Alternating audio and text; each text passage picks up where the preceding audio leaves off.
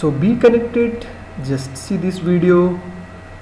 Actually this video based on the demand, जैसा कि आप यहाँ पे देख सकते हो, this is IPv6 Anycast configuration on Cisco Gears. Gears की जब मैं बात करूँ तो Cisco की रियल डिवाइस की बात हो रही है यहाँ पे. Actually this is the demand video demanded by the person like you who want to be dynamically change themselves, right? उनकी तरफ से डिमांड है जो चाहते हैं कि चीज़ें हमेशा अपग्रेड करते रहें, खुद को नई चीज़ें सीखते रहें. ऑब्वियसली बीइंग आईटी फील्ड आपको ऐसा करना भी चाहिए. Okay, that's very good. इस वीडियो में हम देखेंगे कि IPv6 Anycast क्या है. हालांकि हमने ऑलरेडी उस पर डिस्कस किया है कुछ वीडियो में, और उसका काम क्या है हमारे नेटवर्क में और उसे कैसे हम कॉन्फ़िगर करते हैं रियल डिवाइस पे. इनफैक्ट आप GNS या पैकेट ट्रेसर पे भी कॉन्फ़िगर कर सकते हो, दैट्स नॉट एन इशू. हालांकि यहाँ पे आपको पता है कि मोस्ट ऑफ प्रैक्टिकल्स जो होते हैं, सिनेरियो होते हैं, वो रियल डिवाइस पे होती हैं, जो एक यूनिक चीज़ बनाती है. क्योंकि रियल चीज़ों में ट्रबल शूटिंग जो चीज़ होती है, यहाँ से केबल निकालो, वहाँ से लगाओ, ऐसे वैसे cable and so on, that's very good, I like it. और इस वीडियो को बनाने के लिए मैंने यूज़ किया है 2900 सीरीज़ के 3 राउटर, जिनको मैं सर्वर की तरह ट्रीट करूँगा या प्रिंट सर्वर की तरह. आगे हम देखेंगे इसका क्या यूज़ है.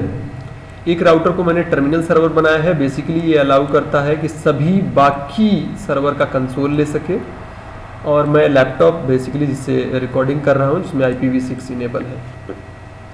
ब्रीफ में डॉक्यूमेंटेशन के बारे में साथ साथ एक चीज़ मुझे मेंशन करना चाहिए, क्योंकि iOS वर्जन 15 यूज़ कर रहा हूँ, 12 यूज़ कर रहा हूँ. मेक श्योर कि आप जिस डिवाइस पर प्रैक्टिकल कर रहे हो वो iOS IPv6 को सपोर्ट करता हो. फिलहाल मेरे पास तो अपडेटेड डिवाइसेस हैं, जैसा कि देख रहे हो 2900 सीरीज़ का iOS 15. गुड. सो टोपोलॉजी हमारा कुछ ऐसा है कि हमारे पास 3 राउटर हैं, R1, R2, R3. एक स्विच से कनेक्टेड है, port number 1, port number 2 and port number 3. और पोर्ट नंबर 4 से मेरा ऑब्वियसली मेरा कंप्यूटर कनेक्टेड है, जिससे मैं रिकॉर्डिंग कर रहा हूँ, देख सकते हो.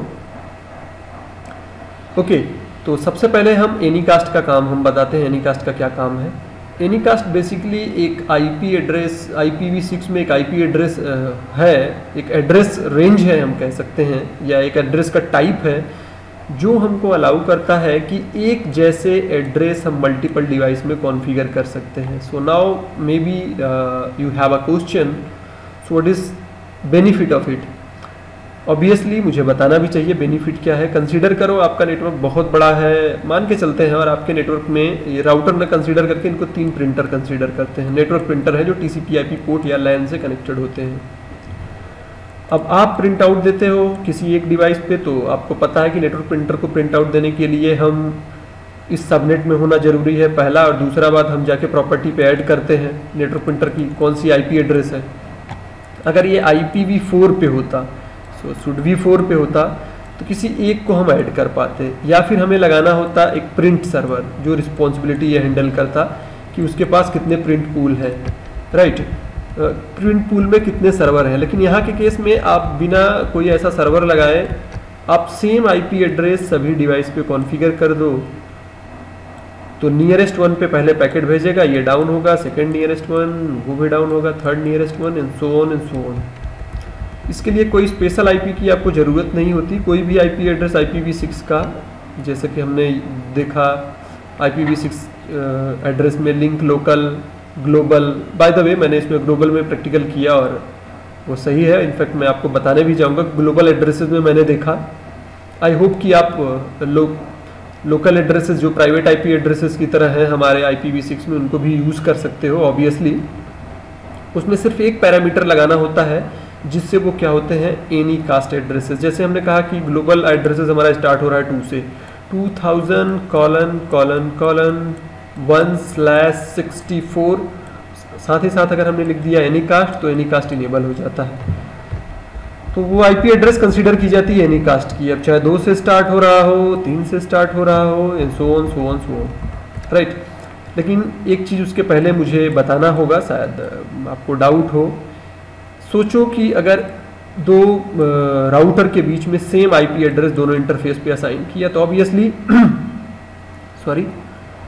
यहाँ पे IPv6 में बताता है डुप्लीकेट एड्रेस डिटेक्शन और डैट प्रोटोकॉल, जो बताता है कि कोई डुप्लीकेट IP एड्रेस असाइन है आपके डिवाइस पे।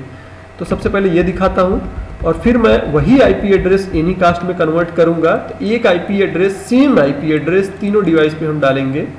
अब सपोज दैट ये प्रिंटर डाउन हुआ तो ये प्रिंटर चलता रहेगा, प्रिंट आउट इससे निकल जाएगा, ये भी डाउन हुआ तो इससे ये सेम IP ये यूज़ होगा और हमारा काम हो जाएगा।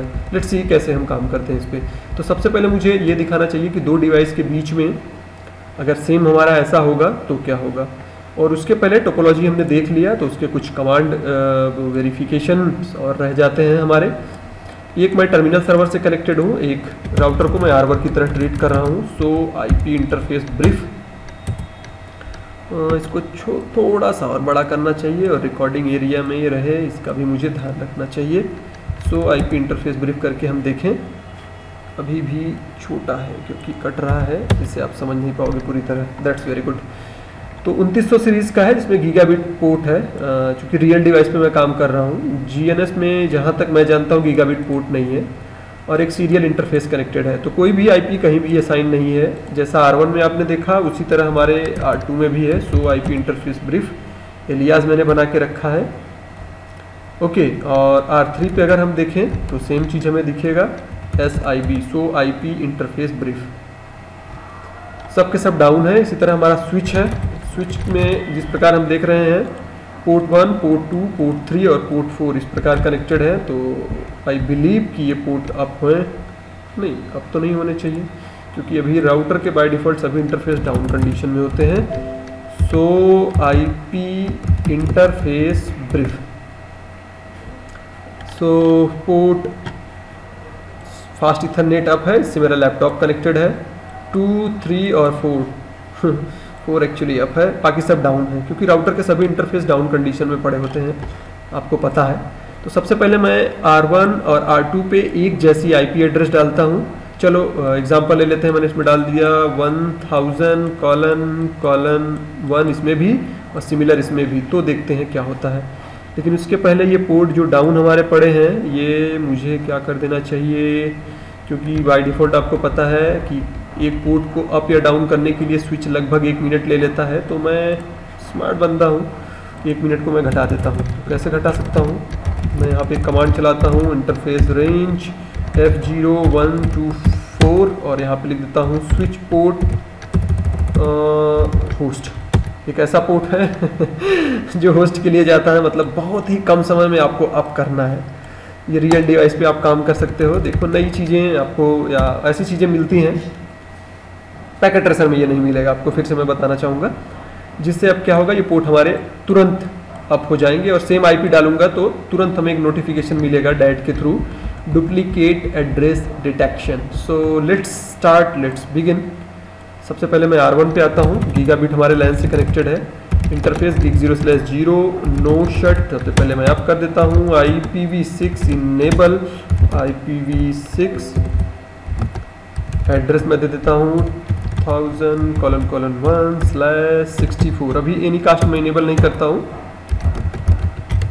मैं वेरीफाई कराता हूँ कि सेम IP एड्रेस अगर हमने डाल दिया तो क्या होगा। Interface gig0/0 no shut IPv6 enable, मैं बेसिकली इनेबल कर देता हूँ।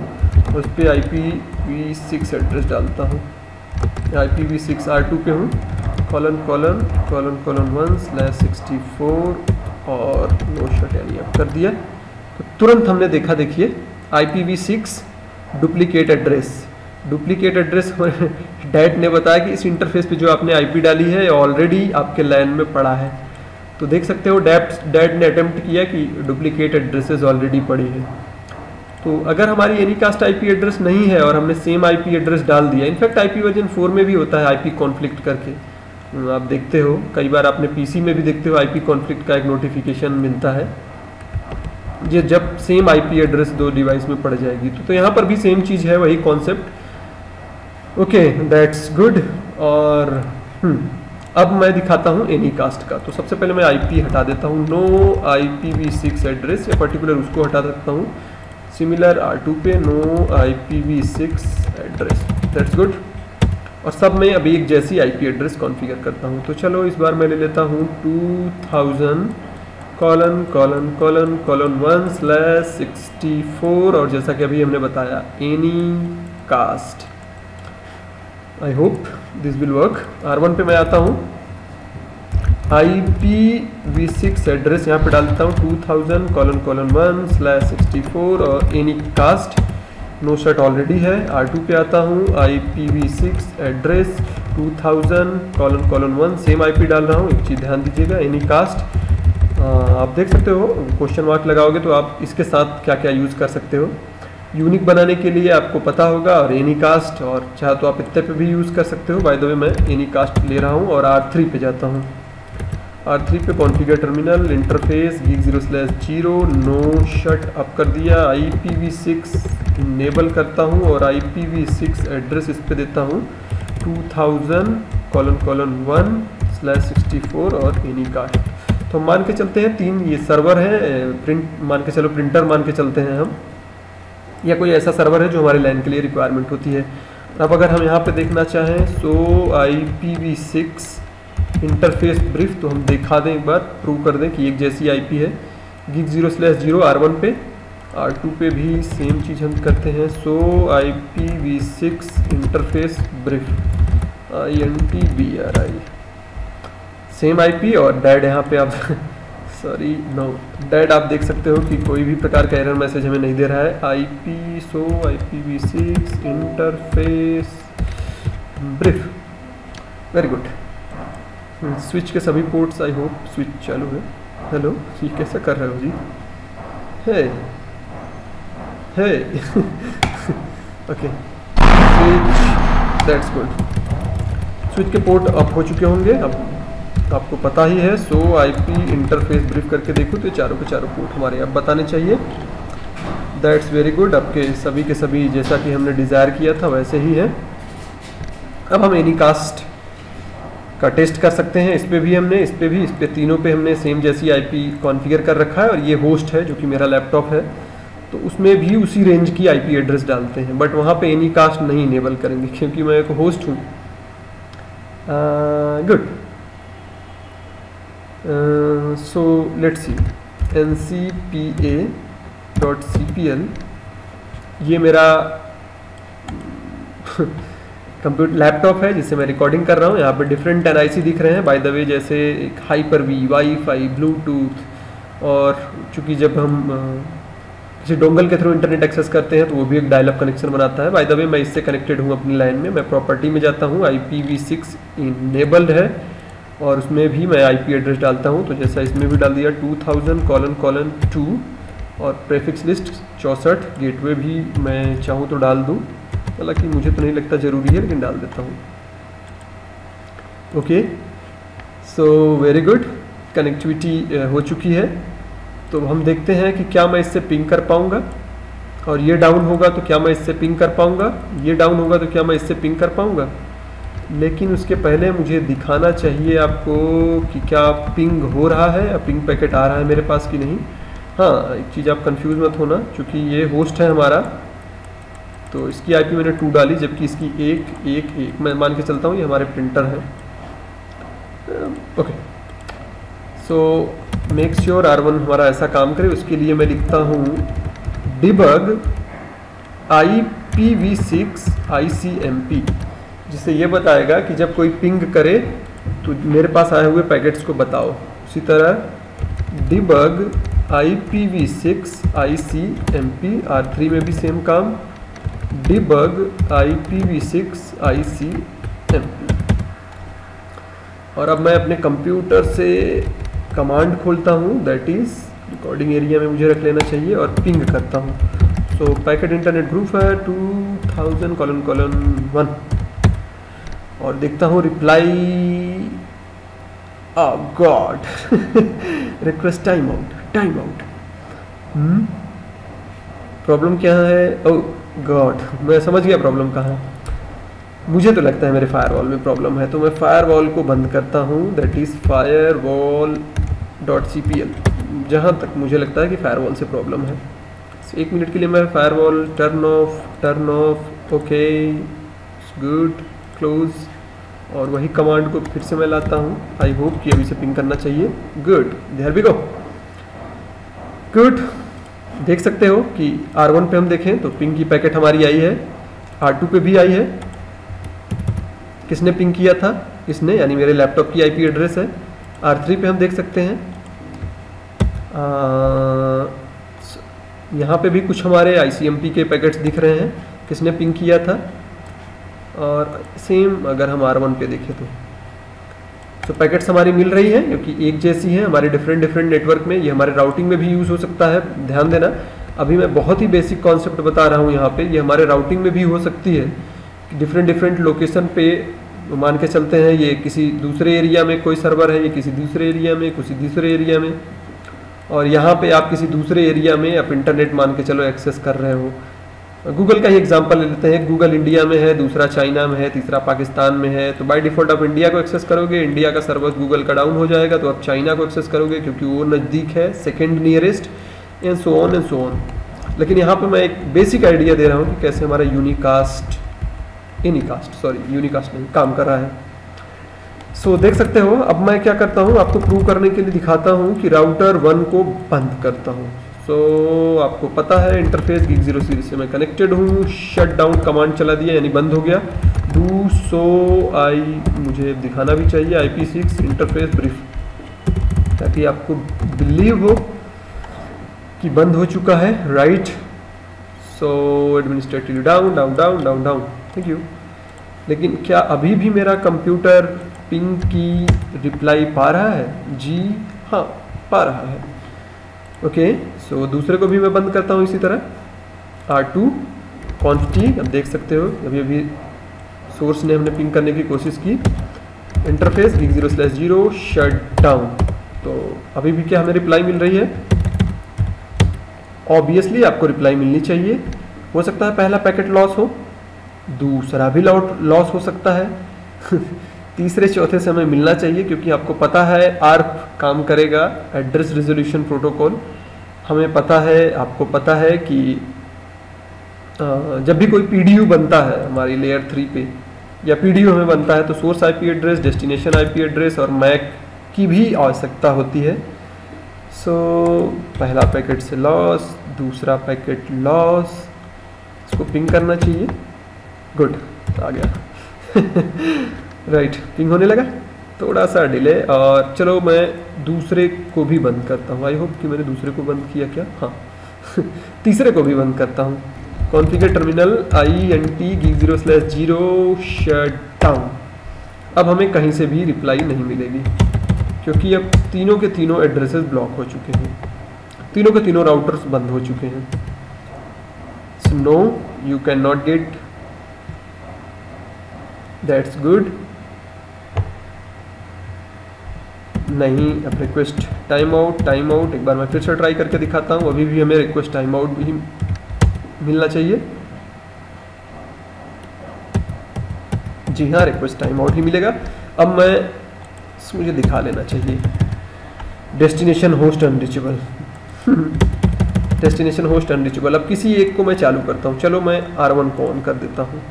नो शट अप हो जाओ, और फिर से मैं पिंग करता हूँ, तो फिर से ARP के लिए रिक्वेस्ट जाएगी, और आई होप कि दूसरा पैकेट से रिप्लाई मिलना चालू, और ऐसा ही हुआ। गुड। इसी तरह 2 को चालू कर सकते हो आप। मतलब देखा हमने कि एक हमारा डिवाइस चालू हुआ, बंद हुआ, तो भी हम कम्युनिकेशन करते रहे बाकी सभी डिवाइस से सेम IP एड्रेस पे। So that's very good. इसका हम कॉन्फ़िगरेशन करना सीखें इस वीडियो में। इसको दूसरे वे से भी हम वेरीफाई कर सकते हैं, क्योंकि हम TS टर्मिनल सर्वर भी हमारा आगे जाके एक स्विच है, एक स्विच से मैं कनेक्टेड हूँ। TS सर्वर, टर्मिनल सर्वर का कंसोल पोर्ट यहाँ पे गया है, एक पोर्ट यहाँ पे गया है, एक पोर्ट यहाँ पे। मैं चाहूँ कि टर्मिनल सर्वर पे भी, जैसा कि लैपटॉप से मैंने टेस्ट किया, वैसे चाहूँ टर्मिनल सर्वर से भी मैं टेस्ट कर सकता हूँ कि मैं पिंग पैकेट भेज पा रहा हूँ कि नहीं, ये डाउन होगा तो मिलेगा कि नहीं, ये डाउन होगा तो मिलेगा कि नहीं, ये डाउन होगा तो मिलेगा कि नहीं। आई होप इतने से क्लियर हो गया होगा। तो मुझे तो नहीं लगता कि उसको भी बताना आपको ज़रूरी है। और हाँ, हो सकता है टर्मिनल सर्वर मैंने कहा तो आपको थोड़ा सा लगा कि ये टर्मिनल सर्वर क्या होता है, तो मेरे वीडियो को देख सकते हो पीछे वाले में। टर्मिनल सर्वर बेसिकली एक ऐसी डिवाइस होती है, डिवाइस नहीं होता, डिवाइस का एक ऐसा मॉड्यूल होता है, इसमें कुछ स्पेशल इंटरफेस लगे होते हैं, और कंसोल केबल यहाँ, यहाँ इनफैक्ट मेरे स्विच से। सो मेरे पास 16 कंसोल पोर्ट्स इस डिवाइस में अवेलेबल है। इनफैक्ट 16 डिवाइस भी कनेक्टेड है इस पोर्ट में जिसमें मैं काम कर रहा हूँ। So more than 8 devices actually available हैं यहाँ पे। एक बार मुझे दिखाना ही चाहिए कि आप राउटर पे भी ऐसा कर सकते हो। चलो, कॉन्फ़िगर टर्मिनल इंटरफेस F0/0 उसी लाइन से मैं कनेक्टेड हूँ। IPv6 इसमें भी इनेबल करता हूँ और IPv6 एड्रेस डालता हूँ। नो, IPv6 एड्रेस लिखना चाहिए। 2002 यूज़ हो चुका है मेरे लैपटॉप में, मैं इसमें 3 रख देता हूँ।